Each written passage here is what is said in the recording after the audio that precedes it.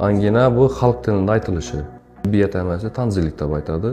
Tonzillitga kelib chiqish sababi asosan ikki xil bo'ladi. Virusli ham bakterialni bo'ladi. Ham stomatit bor. Ham angina bor, folikulyarniy. Damak chishgan. Bodomsimon beja muncha u chishib kelib turibdi. Gipertrofiya bo'lib, qizarib turibdi. Dishni pasida, labning orqa sohasida lunjda deydi. Lunjda ne bor? Stomatit bor. Bu ya bir og'zi stomatit bo'lib yurgan, ya bir shamollab yurgan odamdan ovqat yegan bu, birov ovqat bergan bolaga. Ya yerdan bir narsa oldidan og'zina solib o'ynadi, ana shuni hisobına paydo bo'ldi. Stomatit bir kunda, ikki kunda sirroz yaxshi bo'lib qoladigan kasal emas. Endi bu ham immunitet bilan bog'liqdan. Immunitet yaxshi zo'r odam 2 kunda, 3 kunda o'tirib beradi.